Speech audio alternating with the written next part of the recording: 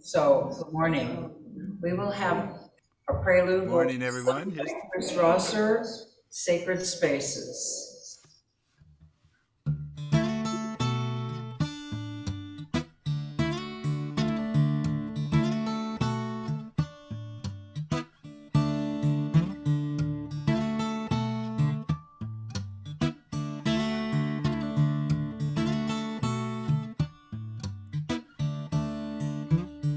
Sacred spaces we are making when we gather and we sing round the campfire in a street choir.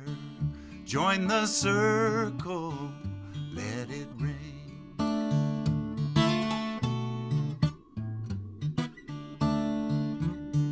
Bring your troubles, tell your story, pass the old guitar around. Raise your voices, make it joyous, listen for that holy sound. Ain't that some amazing grace, a sanctuary we create? Da-do-ay-yo, see you say-yo. Da-do-ay-yo, say. Da-do-ay-yo, see you say-yo. Da-do-ay-yo, say. Feel your heartbeat, there's a rhythm, there is music all around. Find another sister, brother, listen for that holy sound.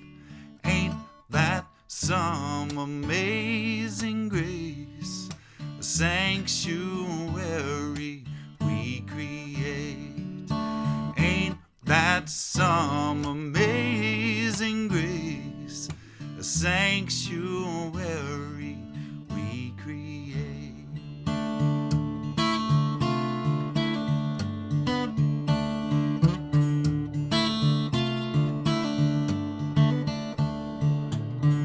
Da-do-ay-yo, see you say-yo. Da-do-ay-yo, say. Da-do-ay-yo, see you say-yo.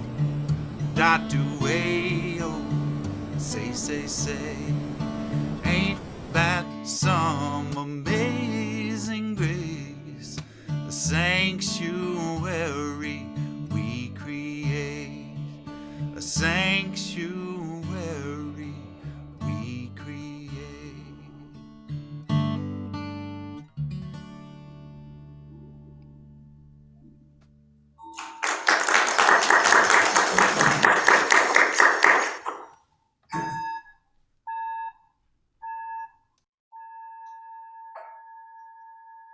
Good morning, friends in the sanctuary, on Zoom, and watching later on our YouTube channel.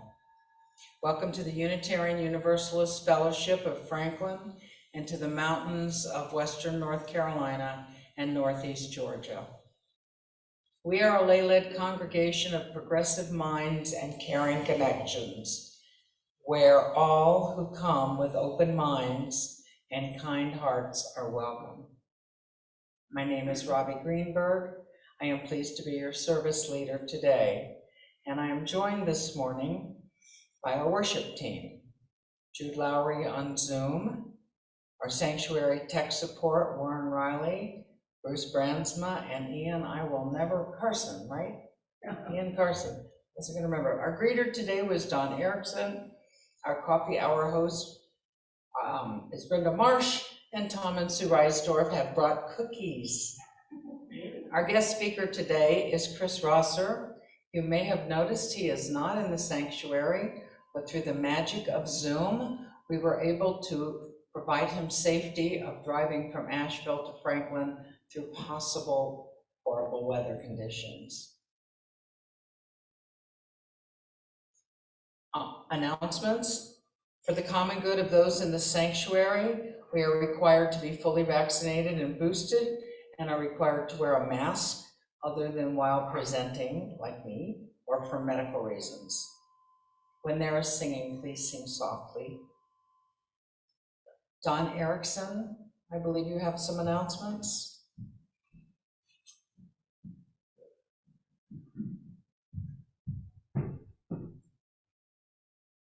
Two quick ones. First of all, that Becky Thorndike is in the hospital in Asheville. She had some complications with contraindications between some medications she was taking. She needs some stuff. If anybody is going to Asheville in the next couple of days, please let me know. And we'll ask you to drop some stuff off at the front door of the hospital. The second thing is we're starting up our winter book read. The book title is Braiding Sweetgrass. It's written by Robin Wall Kimmerer. She's a Native American with a PhD in biology, botany, and she does an incredible job of mixing the science that she's learned from her education with the wisdom that she's learned from the culture she grew up with as a Native American. And it's just an absolutely beautiful book to read, and it has some very inspiring philosophical aspects that would be delightful to talk about. So if you're interested, please let me know today on Zoom. Let Sandy know, please, so that we can start planning, scheduling who's going to be participating and when we're going to do that. Thank you.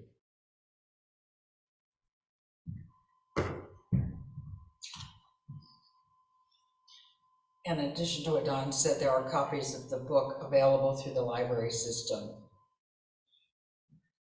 Next week, our guest speaker will be Ann Chesky Smith, who will speak on the Cowie Tunnel disaster. Do we have any announcements in Zoom land?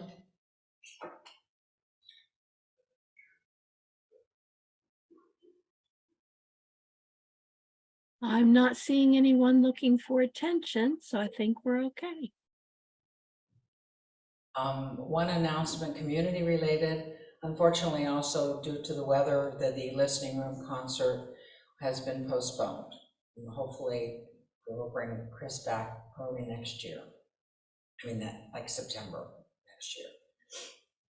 Be sure to check the UU View to keep up to date with other announcements. Our fellowship is a light for liberal religion in the mountains that values diversity and the richness that it brings to our community. Our celebration of diversity is reflected in the variety of our Sunday services.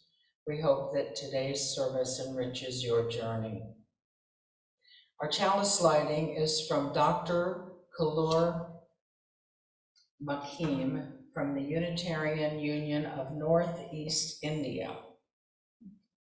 Dear Divine, Source of creation and all enlightenment, may this chalice be lighted in your wonderful vastness to help us stay grounded in your eternal light and righteousness. We gratefully bow down to you for everything within and around us that has shaped our individual lives and as a spiritual community. May our souls find purpose, meaning, and peace as we evolve in our thought, work, and journey here, now and beyond.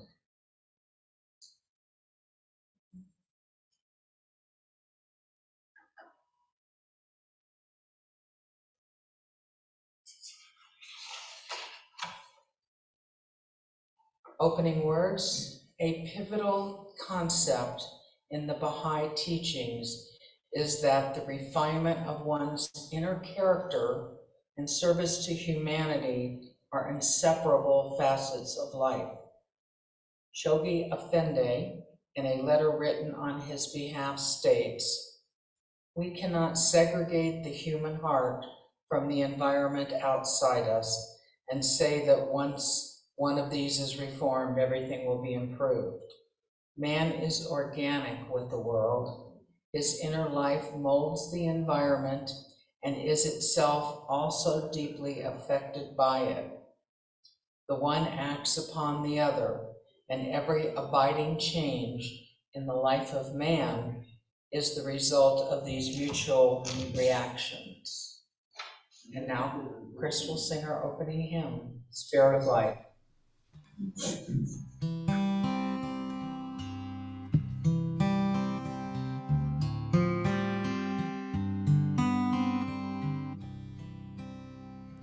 Spirit of life, come unto me. Sing in my heart all the stirrings of compassion.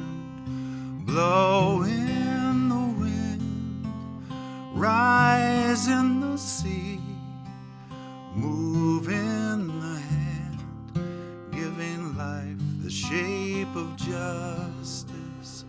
Roots hold me close, wings set me free. Spirit of life, come to me, come to me.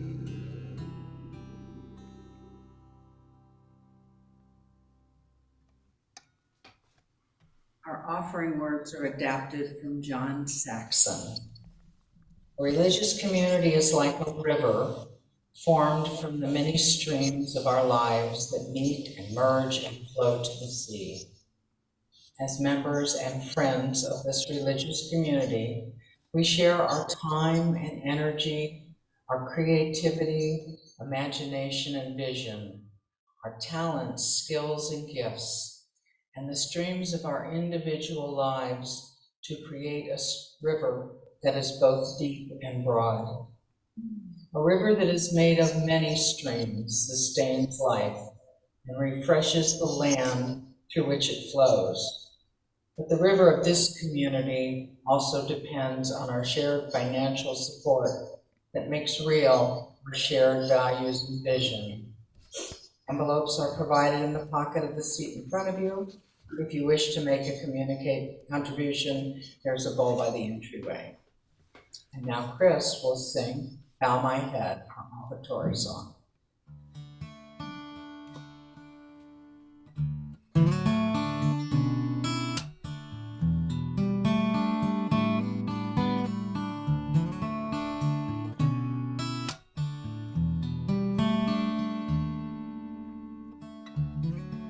When the tears of all run dry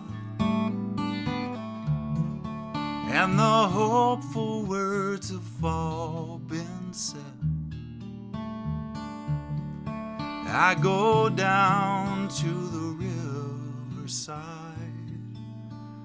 close my eyes and bow my head, bow my head, bow my head. Sink these worries to the riverbed. I surrender to the sea. Bow my head to the mystery.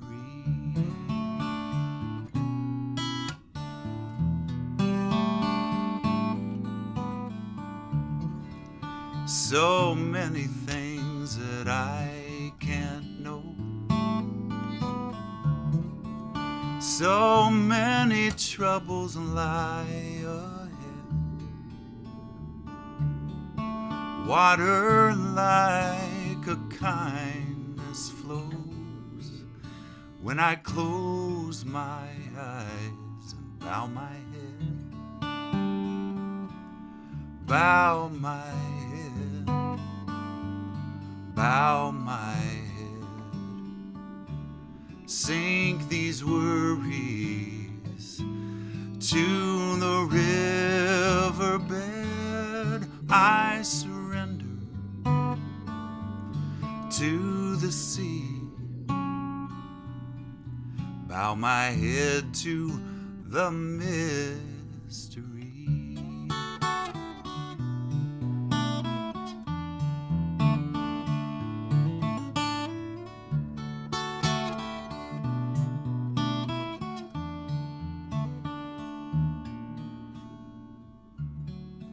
when my feet are far from any shore,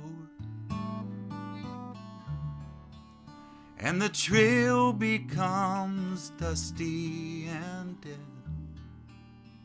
I can flood my heart with the ocean's roar when I close my eyes and bow my head, bow my head, bow my head. Sink these worries to the riverbed. I surrender to the sea. Bow my head to the mystery. Bow my head to the mystery.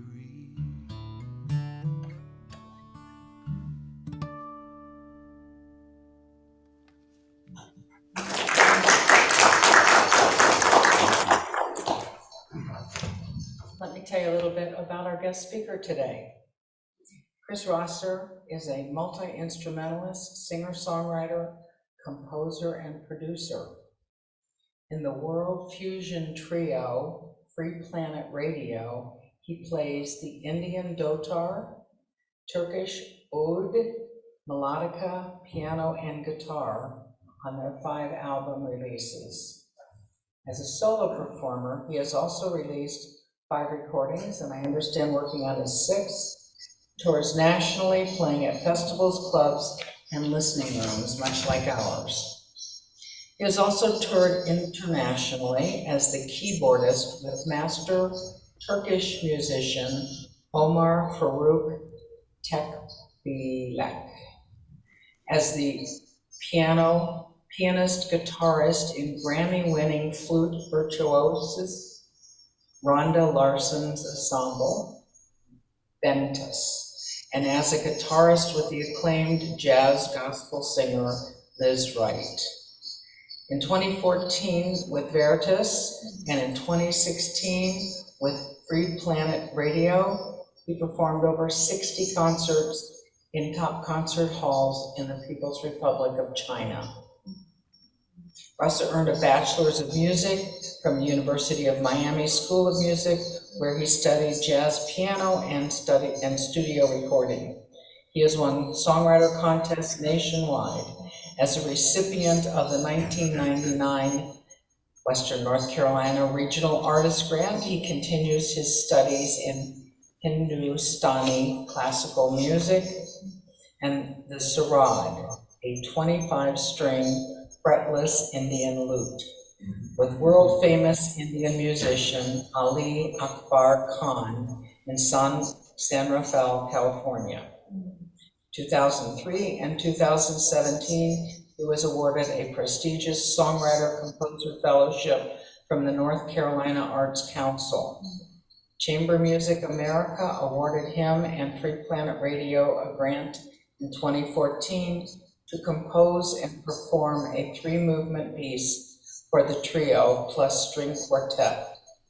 His message today is Unraveling the Great Mystery. Please welcome Chris Rosser.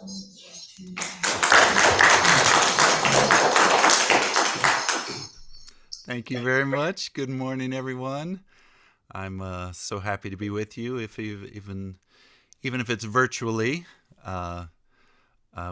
We didn't know exactly what was going to happen this morning last night, so sorry I can't be there in person, but this is good too, I think, right?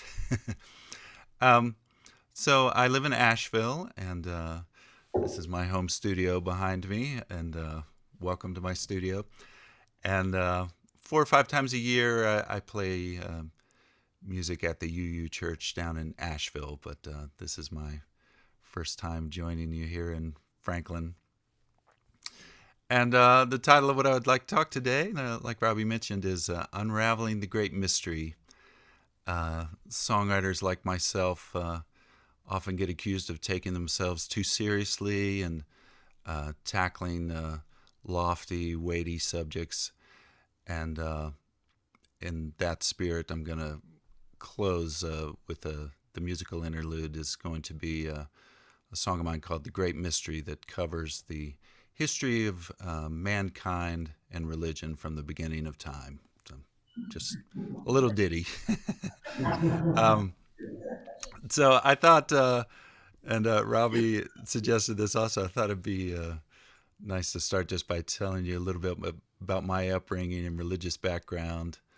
Um, my parents were both raised Christian, and my father's family was Southern Baptist, and my mother's family was Church of the Brethren. And the story goes that by the time I was 8 or so, I was coming home from Sunday school. I think we were Lutheran at the time, and asking my parents questions like, "Are people that aren't Christian going to hell?" and things like this.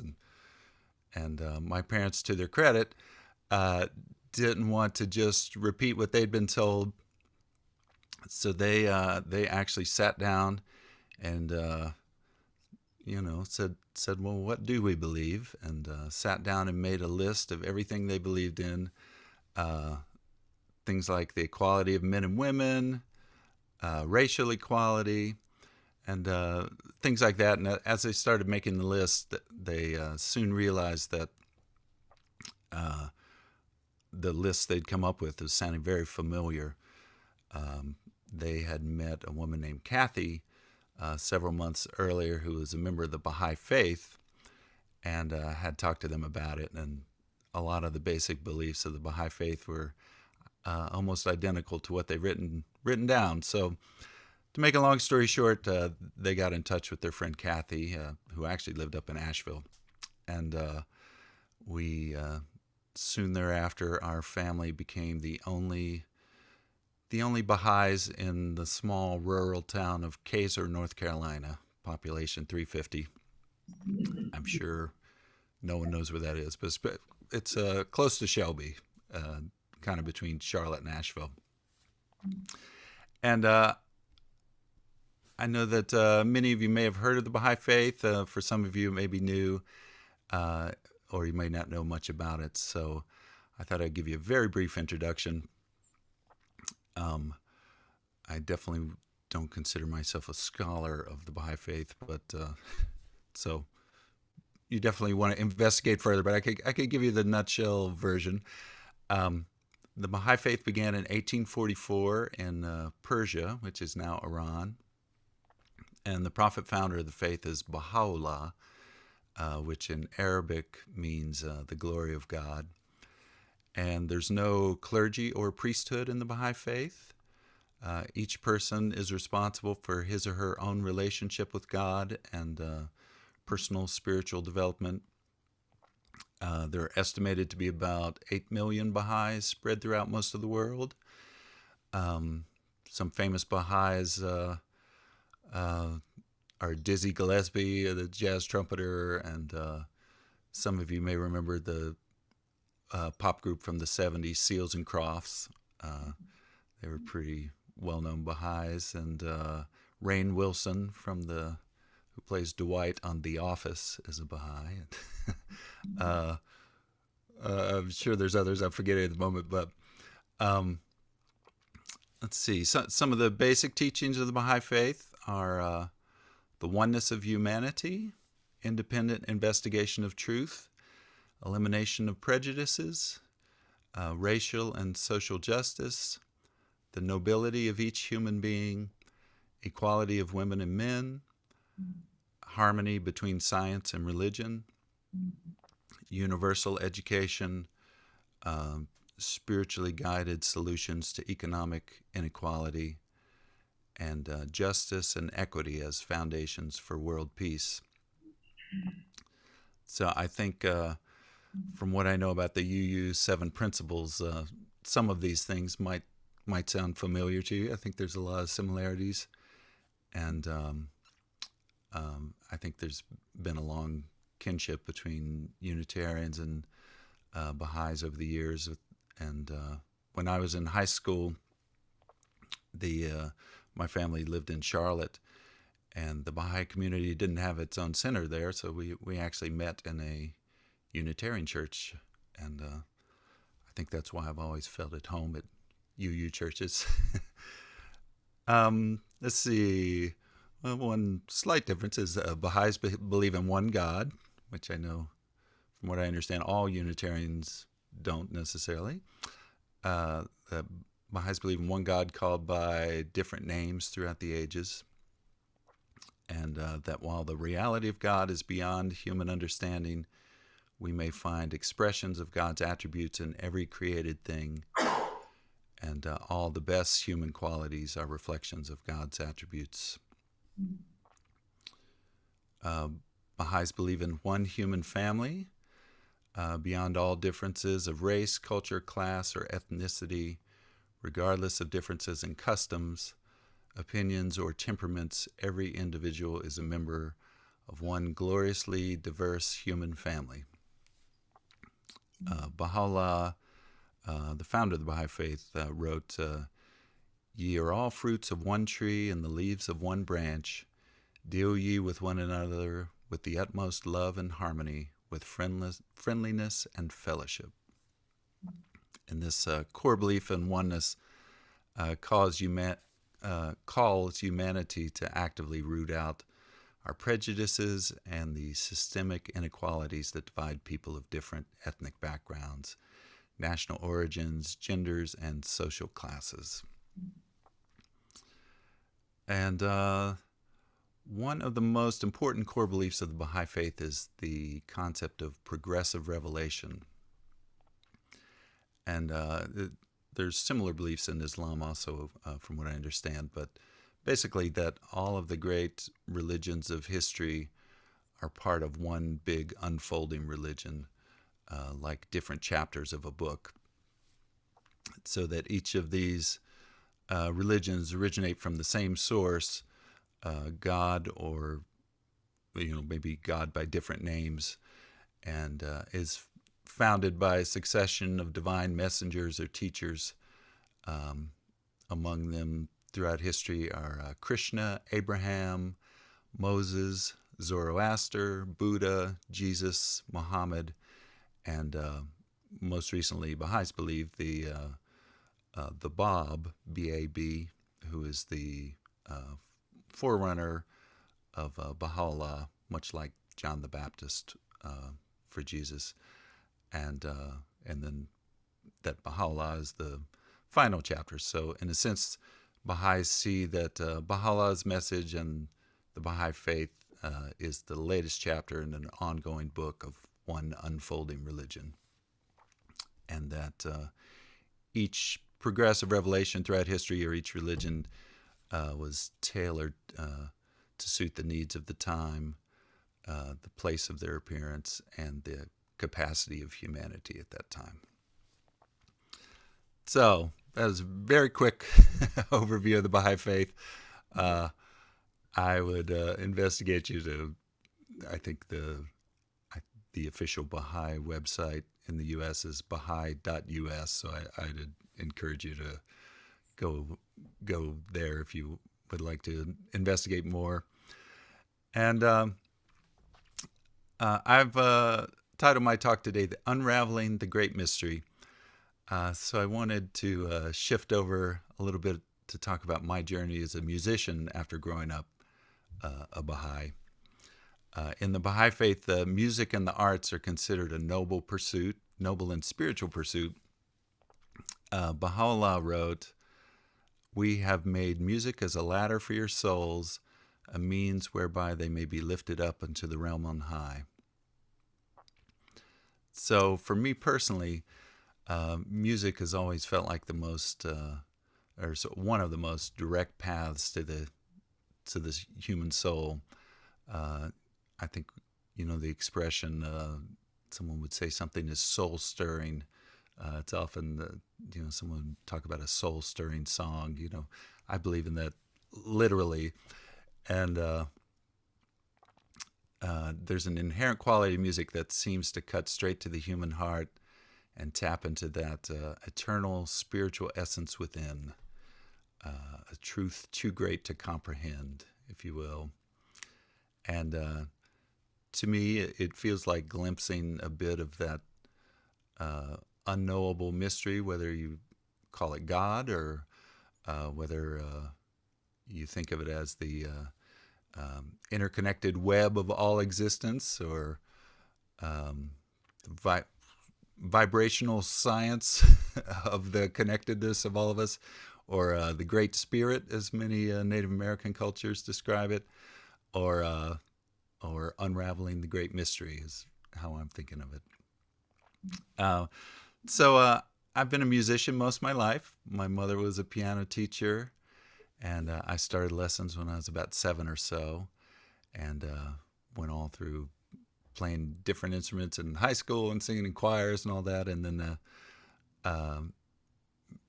majored in jazz piano and recording at the University of Miami in Florida. And growing up, as you can imagine, I was going to national youth conferences and Baha'i events, uh,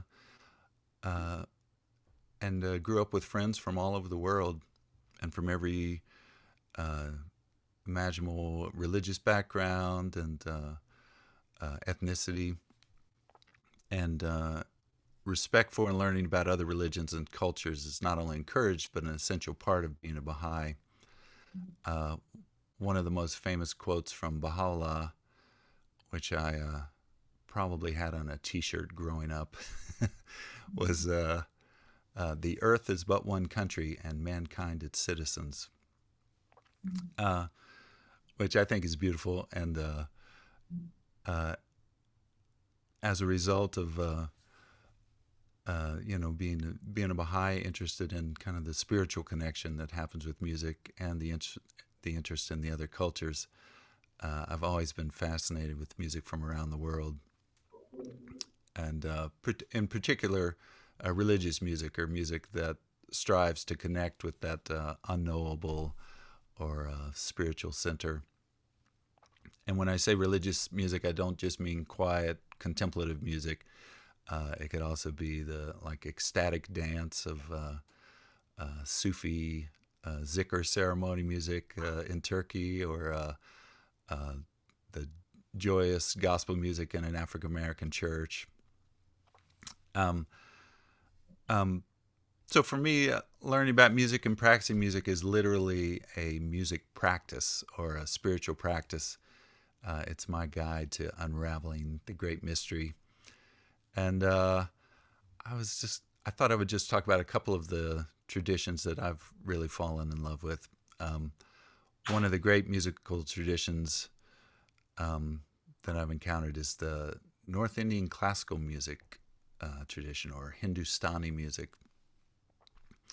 When I was 27, I got a grant to go study Hindustani music with this incredible music maestro, Ali Akbar Khan, who ran a traditional Indian style college in San Rafael, California. So I got this grant to go study his instrument, the sarod, Sarod, which has 25 strings.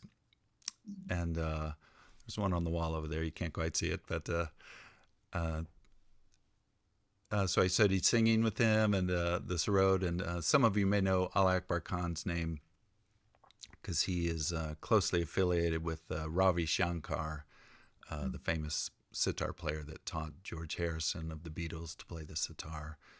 Ali Akbar Khan is actually Ravi Shankar's brother-in-law, and they both learned from Ali Akbar Khan's father, who was a great master musician in India, and I think they even considered him a saint in India because he was considered to be so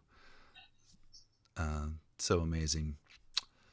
So for me, I'm endlessly fascinated by looking at another culture, like the music of India, and seeing how they took the same human bodies, same physics, laws of acoustics, same sounds and vibrations, and developed a completely different system of music and expression. So I thought, just as a quick example, if we look at the differences between Western music and Indian music, if you think of music as rhythm, melody, and harmony, Western music has really developed the concept of harmony with relatively simple melodies and rhythms. Um, Melodies in Western music tend to be mostly major and minor scales, and rhythms in Western music tend to be primarily 4/4 time or 3/4 time. In Indian music, they kind of went a different direction, and there's almost no harmony. There's basically just a drone, and there would be a single melody that's much more intricate and uses many more scales and modes, much more than major and minor, hundreds of them actually. And then much more complicated rhythms than we have in Western music. Much more than just 3 or 4 time. They have 5s and 7s and 9s and 13s, cycles of 16, 17, any number you can think of, there's an Indian rhythm for, and is used commonly. And a lot of Indian music is based on ancient Sanskrit texts that, basically from thousands of years ago, that basically describes the system that's in place today. It's been modernized and developed, of course. But so I thought I would give you a quick demonstration of what Indian music sounds like on the dotar. This is Indian music as played by a 6'7" white guy from Kaiser, North Carolina. So I call this Indo-Billy from the heart of Appalachistan. So this is the dotar. This is a kind of a folk version of the sarod, which is a bigger version of this that I studied. And it has 17 strings. You actually play by sliding on your fingernail on your left hand. And you basically just play the top layer of strings, which is very similar to a banjo. But then there's a whole other layer underneath that you tune to whatever scale you're playing, and that they're called sympathetic strings because they pick up the vibrations of the main playing strings and resonate along sympathetically. So I'll just give you a quick sample of this, and I think these instruments are sort of by design, almost instantly kind of put you in this meditative, contemplative state. Let's see what you think. But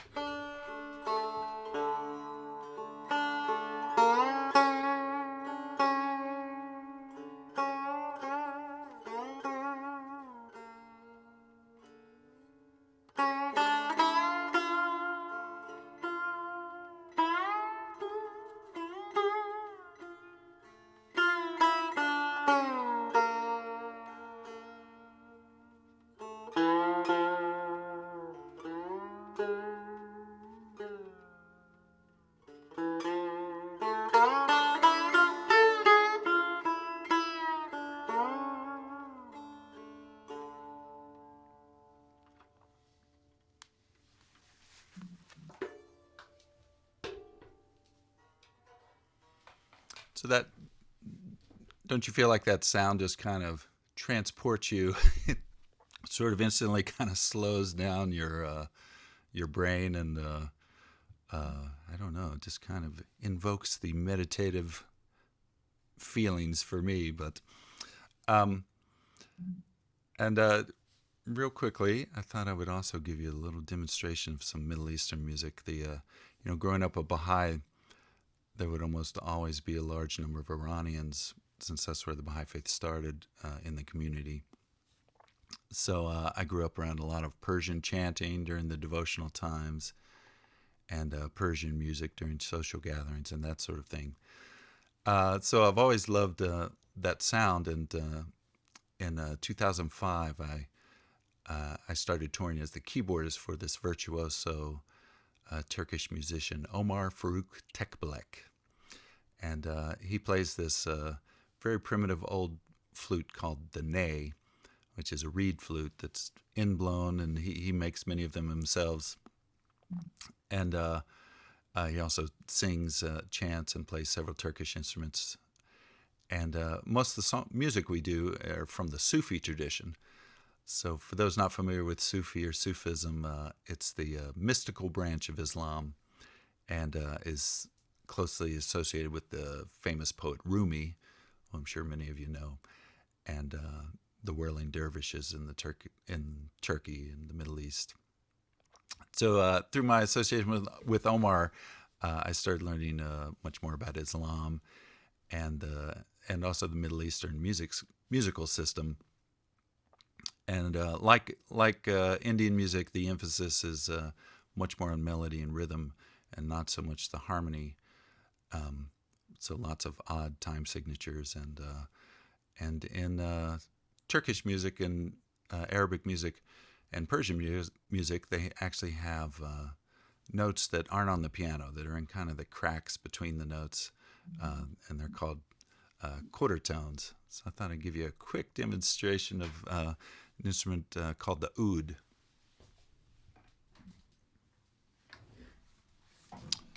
So this is the oud, O-U-D.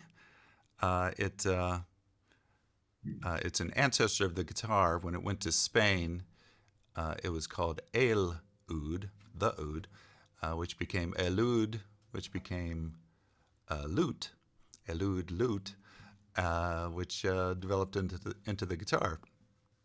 So I thought I'd play just a quick little demonstration. Has 11 strings, fretless.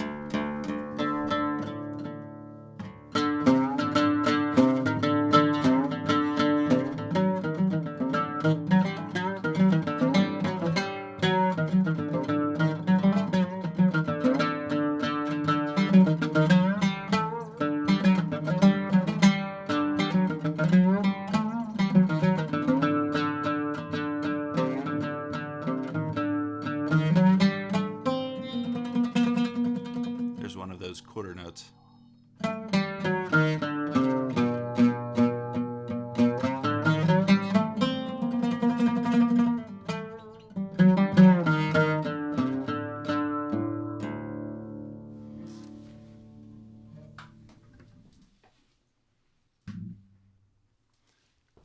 So just a quick taste of the oud.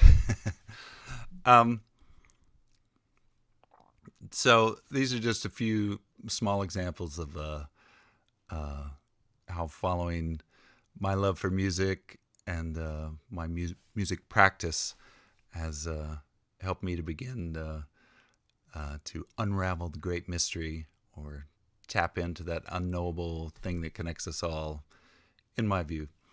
And I'm sure many of you found ways to do this as well.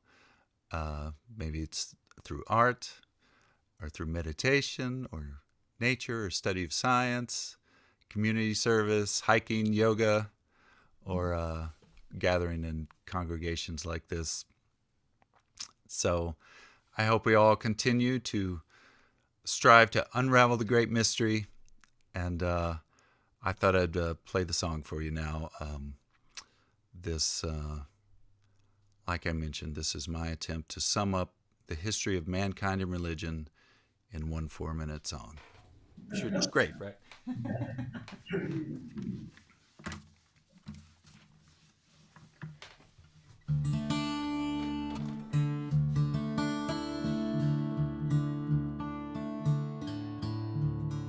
It's also an attempt to try and write a song like a little more in the Indian tradition, where there aren't many chord changes, but I couldn't help myself. There's one chord change, so.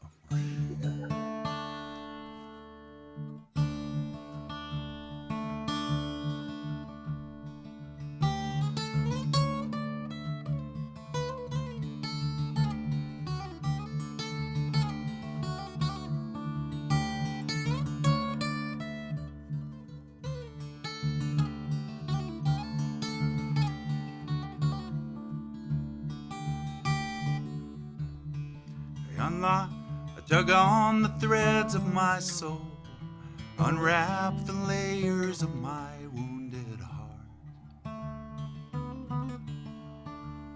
I'm dying the deeper I go, unwinding the darkest part.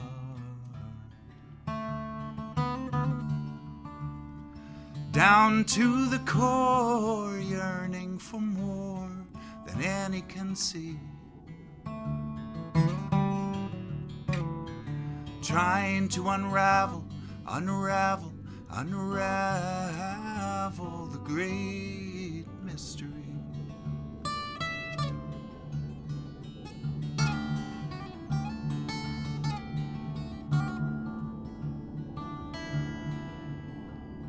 We unlock the myths and the fables, untangle the holiest words.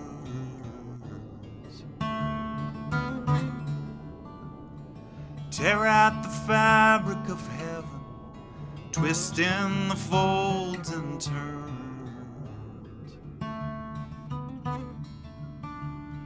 Pray from the altars and temples and churches, from down on our knees.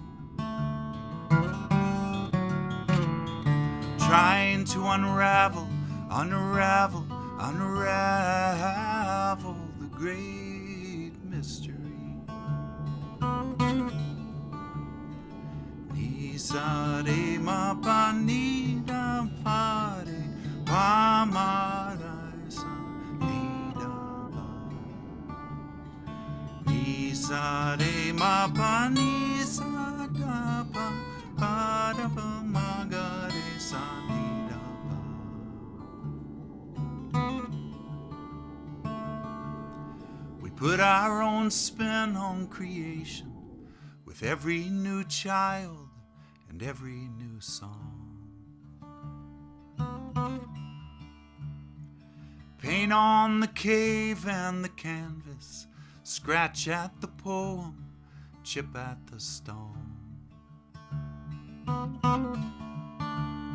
Searching the names and the metaphors, looking for what to believe.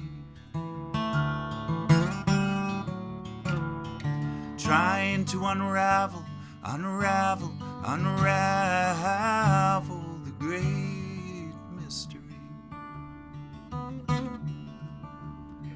Trying to unravel, unravel, unravel the great mystery.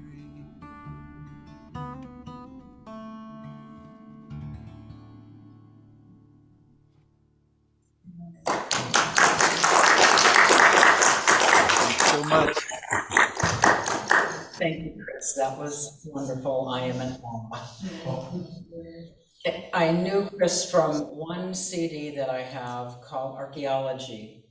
And it's the music in archaeology is much more contemporary things that I, as a listener to folk music, am familiar with. He sings a song about his hometown and going back and visiting. So I grabbed my CD Archaeology and put it in my car player. I don't know if any of you still have a CD player in your car, but I do, made sure. And I can't take it out. I'm just enjoying it so much. So hopefully Chris will be back. I mean, definitely Chris will be back and we will have that concert, but hopefully he will also do a Sunday service and introduce us to more of who he is. And I'm thinking September, October, maybe. But I thank you, that was absolutely wonderful. So we will now pause our recording.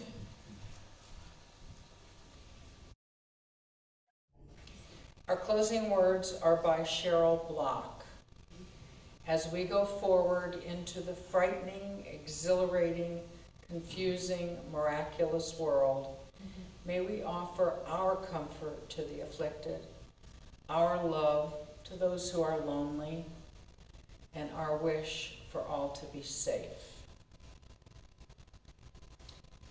And now Chris will sing our closing song, Mamo Sona, in everything. Thank you. It's been a pleasure being with you today. This song has it's about how we're all interconnected, and there's a word from Cameroon in here, Moma Sona, which means in everything. And normally I would have you sing along on that part, but I don't know how that would work with Zumba. So sing along on the inside.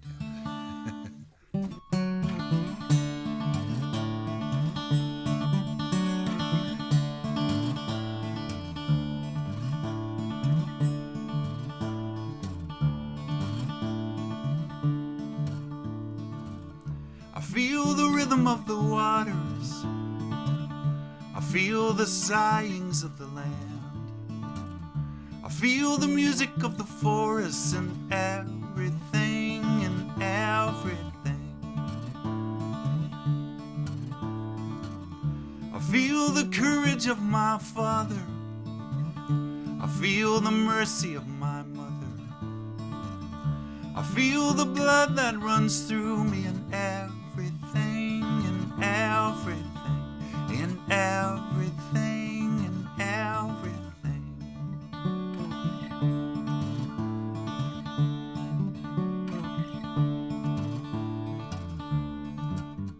Mama, mama sona, mama, mama sona, mama, mama sona, mama, mama sona. Feel the wisdom of the ancients. I feel the kindness of the old ones. I feel the little children praying. I feel the promise of the ages in everything and everything. I feel the pain and the passion. I feel the hurt and the laughter.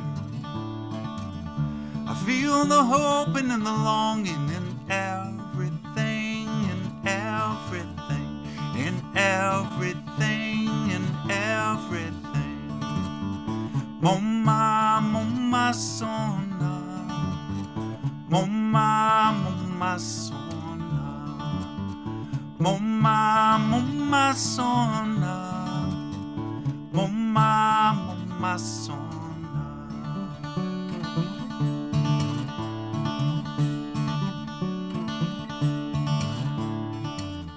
I feel the hearts of every people.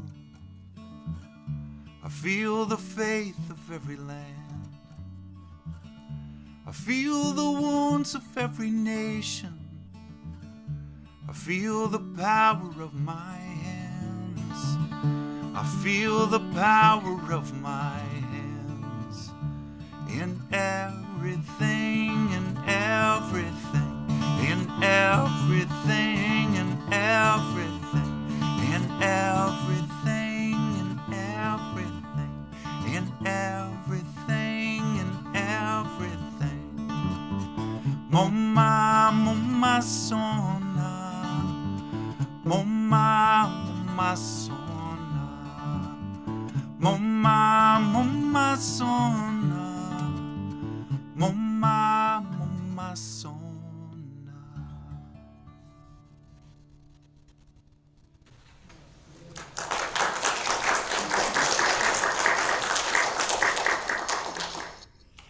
Thank you, Chris. I should look out that way. Thank you, Chris. We extinguish our chalice with the words of Becky Laurent. As flame is to spirit, so spirit is to breath, and breath to song. Though we extinguish the flame in this sanctuary, may we tend it in our hearts until we meet again.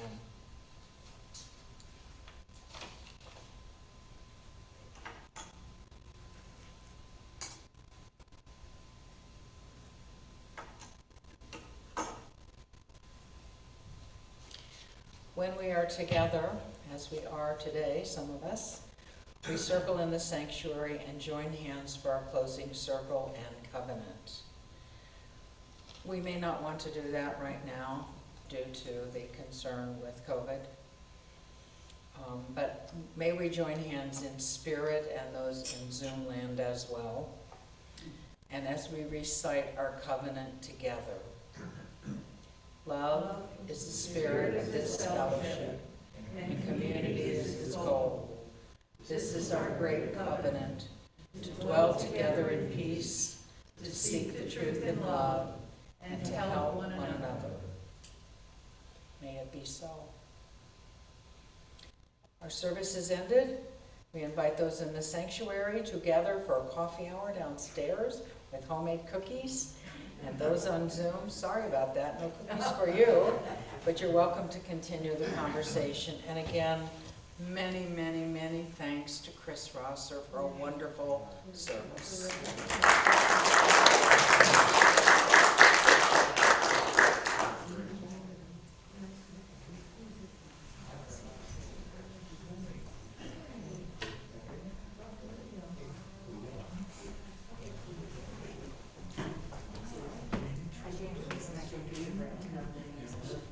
Chris, can you hear